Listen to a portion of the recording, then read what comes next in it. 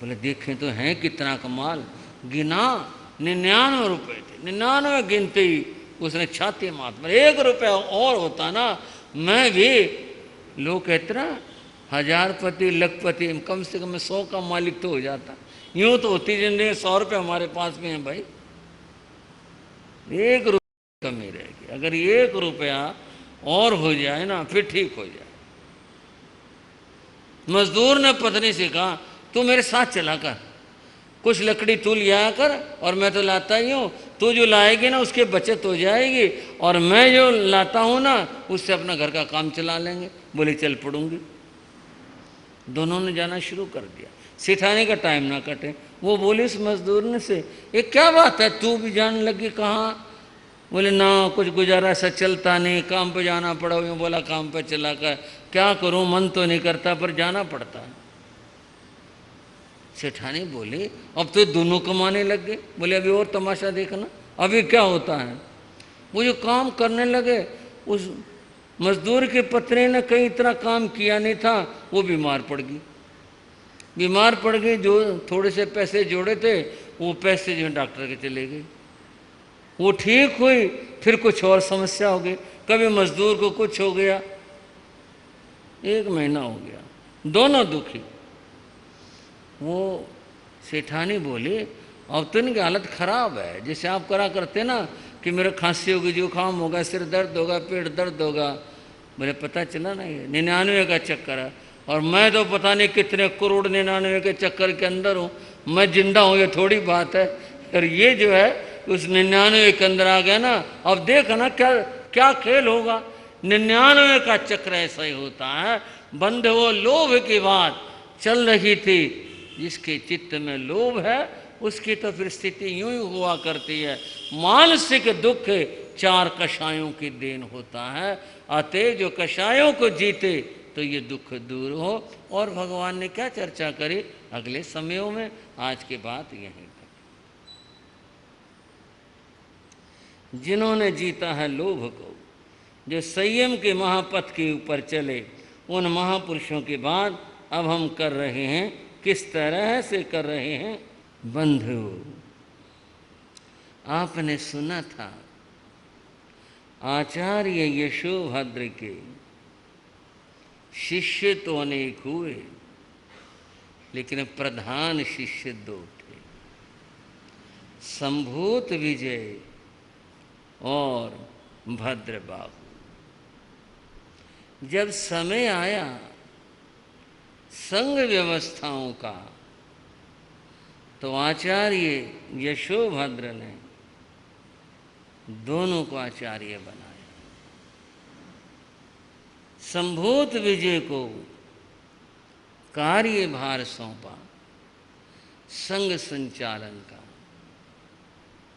भद्रबाहु को सौंपा संघ को शिक्षा ज्ञान देने।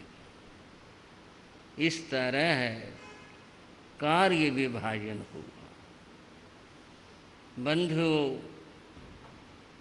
गुरु तो समय आया अपने जीवन की यात्रा पूर्ण करके चले गए।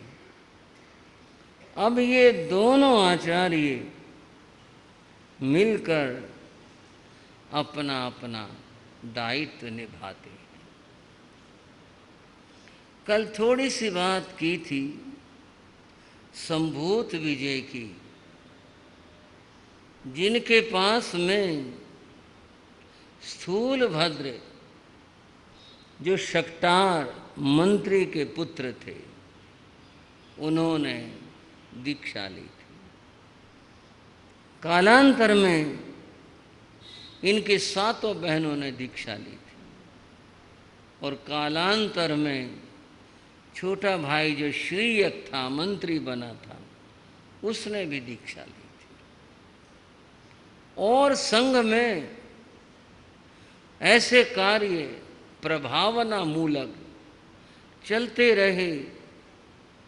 संभूत विजय यूं संघ का पालन करते रहे।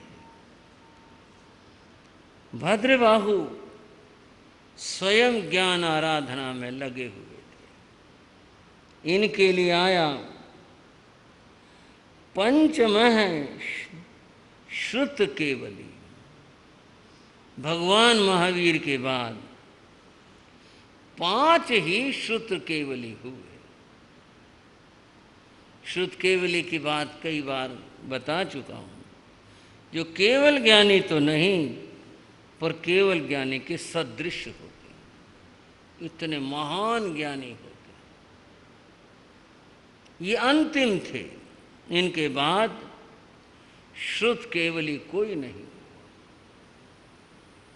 श्रुत केवली की बड़ी महिमा है। केवल ज्ञानी की तो महिमा कहने के लिए हमारे पास में न सोच है, न समझ है, न शब्द हैं, न क्षमता है, पर इनके बारे में भी कह रहे हैं। बड़ी अद्भुत बात है इनकी। ये अपने ज्ञान और साधना से संघ का संरक्षण भी कर रहे थे, और जो भी कोई साधु इनसे विद्याध्ययन शुद्ध साधना करना चाहता तो ये उसको पढ़ाते भी और अपनी साधना भी करते थे। एक दिन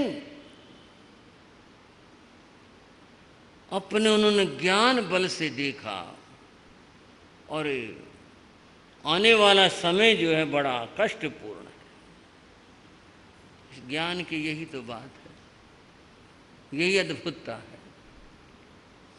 कांधला में जो उत्तर प्रदेश का एक कस्बा है, संत ठहरे हुए थे। शाम का समय था। एक संत शाम का जो पानी, कुछ कपड़ा एक आध कोई निकाल लिया, कुछ जो प्रयोग कर लिया, होने के बाद जो पानी होता है उसको संत विसर्जित करते हैं। पानी को विसर्जित करने के लिए वह छत पर गया। पहले कच्ची छतें होती थी, वो पानी विसर्जित उसने किया।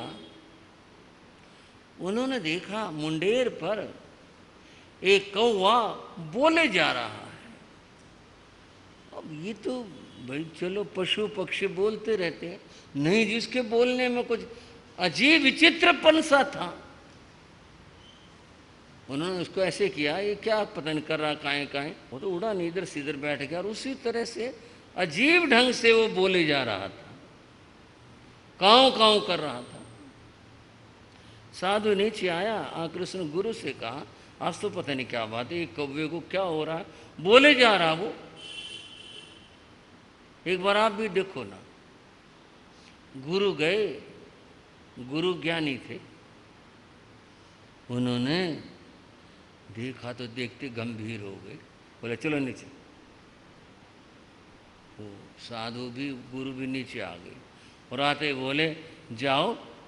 उन्होंने 2-1 श्रावकों के नाम लिए, उनको बुला कर ला और अपने साथ लाना, कहना अभी चलो। वो साधु गया, जाकर कहा गुरु जी बुला, बोले आते, नहीं नहीं साथ चलो, देर ना करो, पता नहीं क्या बात है। वो श्रावक आ गए, पूछा गुरु महाराज आज्ञा। बोले भाई एक काम पहला ये करो, 2-4 श्रावक वहाँ सतिया जी महाराज विराजमान थे, उनके पास जाओ और उनको इसी समय विहार करवाओ कि कांदला छोड़ दो अभी अभी। कोई सामान नहीं बांधना, कभी कभी हम ये ले चलें वो ले चलें, पात्र है वो, ना ना जैसे खड़े चल दें। और वहाँ से 2 कोस पर गांव था, बोले जाओ वहाँ छोड़ा, उठा आया हो किसी के। आज्ञा हो गई। श्रावकों की भी विशेषता थी कि भी गुरु आज्ञा को महत्व देते थे। उसी समय वो ले गए। पीछे और भाई पता नहीं क्या बात हुई, महाराज ने सतियों को विहार करवा दिया। लोग इकट्ठे हो गए, बोले गुरुदेव क्या बात है। बोले और 2-4 बुला लो भाई, बता दूंगा अभी। और बुला लिए। बुलाने के बाद में संत ने, गुरु ने कहा ऐसा है, आज की रात इस नगर के लिए बहुत भारी है, जो निकल सकता हो और जो नगर को छोड़ सकता हो निकल जाओ, इसकी सीमा से बाहर चले जाओ, कहीं चले जाओ, जाने अनजाने, कहीं जंगल गांव कहीं हो, इसकी सीमा से बाहर निकल जाओ। क्या बात है महाराज, सारी बात नहीं पूछा करते, जाओ निकल जाओ। और सुनो, जो मिले उसको भी कह देना कि भाई शहर पर मुसीबत है। महाराज ने कह दिया, लोग बहुत घबराए और उसी वक्त लोग नगर छोड़ करके निकलना शुरू हो गए। जैसे था बोले देर नहीं करना, निकल जाओ। वो लोग भी आ लिए। तब तक संतोष का महाराज जो शहर में मुसीबत है तो आप भी चलो, आप भी पधारो। बोले नहीं, हम नहीं जाएंगे। बहुत लोग जैन भी अजैन भी बोले भाई किसी ने बताया, कोई जैन साधु ने बताया, कांदला नगर छोड़ करके निकल गए, चले गए। बंधुओं, इतिहास में आपने अहमद शाह अब्दाली का नाम पढ़ा होगा। भयंकर लुटेरा था, आक्रामक था। उस रात में अहमद शाह अब्दाली की सेनाओं का उधर से गुजरना हुआ। वो लूटपाट करते आ रहे थे, देखा वे नगर है, आक्रमण कर दिया। जो मिला वही मार काट डाला, और जो कुछ कहीं मिल गया उठा लिया। बाकी लोग चले गए थे, उनका भी लोगों को पता चल गया ऐसा कोई है नहीं खास लोग यहाँ पर। जो मिला उसको मार दिया और जो हाथ लगा ले लिया और लेकर के निकल गए। सुबह में जो बचे थे लोग वो निकले, जो चले गए थे लौट कर आए। तब उन्होंने देखा अरे इतना बड़ा कत्लेआम हुआ, सारे लोग अगर यहाँ होते तो कितने लोग मरते। संतों का भी उस कत्लेआम में। बंधुओं, जिनको ज्ञान होता है वो संग हित के लिए सोचते भी हैं, करते भी हैं।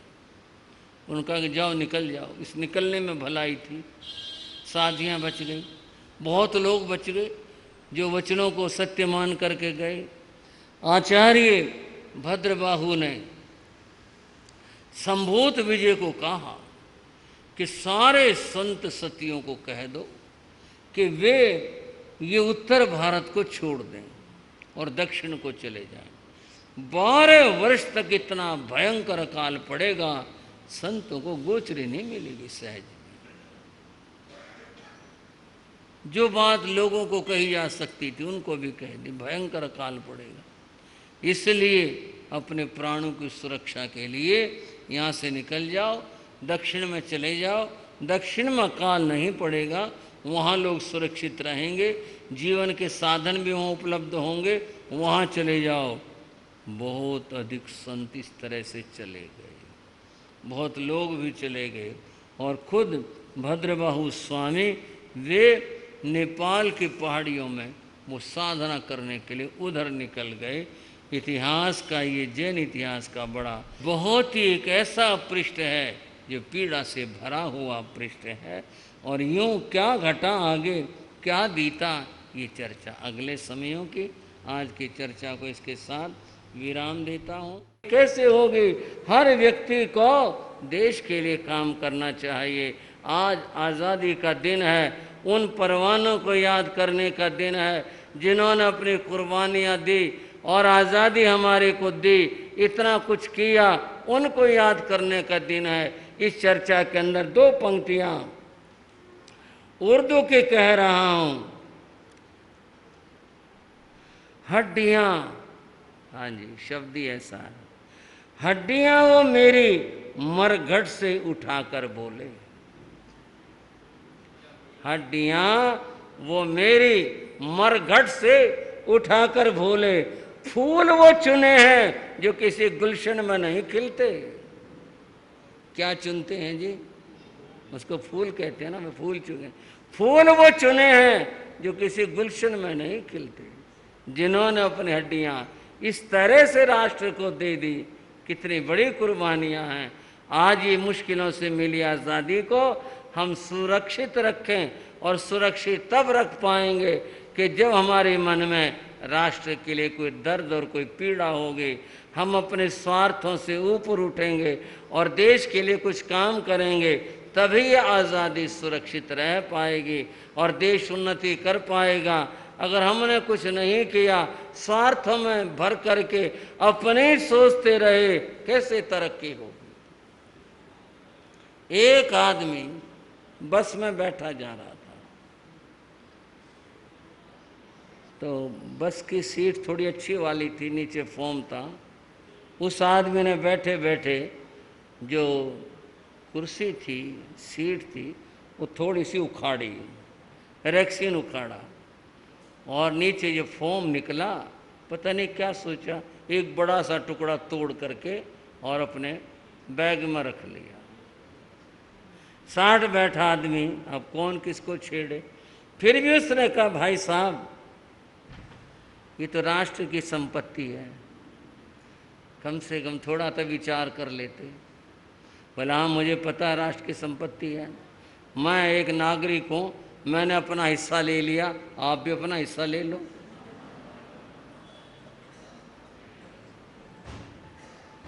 मैंने तो अपना हिस्सा ले लिया, आप भी अपना हिस्सा ले लो। ये स्वार्थ जहाँ होगा वो देश तरक्की कर सकता है कभी। जहाँ देश के लिए कुर्बानी होगी वही देश तरक्की करता है। स्वार्थियों का देश भला क्या तरक्की करेगा। जहाँ इतने स्वार्थी रहते हो, अपने उससे मतलब है, हमारा स्वार्थ पूरा होना चाहिए, हमें औरों से क्या पड़ा हुआ है। बंधुओं, आज का दिन उन लोगों को याद करने का दिन है जिन्होंने अपने परिवार, अपने बच्चे, सबका मोह छोड़ करके देश के लिए अपनी कुर्बानियाँ दे डाली। कैसे कैसे जुल्म उन्होंने सहे हैं सिर्फ आज़ादी के लिए। कितनी बड़ी बात है यह। अगर काला पानी इसका नाम सुनते हो, वहाँ के जेलों का आप इतिहास पढ़ो, रोमांच क्या हो जाए, डर जाए आदमी, इतना भयंकर था वहाँ का मामला। और क्या मामला था वहाँ का। इस कार्यक्रम के पुण्यार्जक हैं श्री वीर सेन जी जैन एवं श्रीमती दर्शनी देवी जैन, श्री विनय जैन एवं श्रीमती मीनाक्षी जैन, श्री चिराग जैन एवं श्रीमती राधिका जैन, श्री सिद्धार्थ जैन एवं श्रीमती प्रियंका जैन।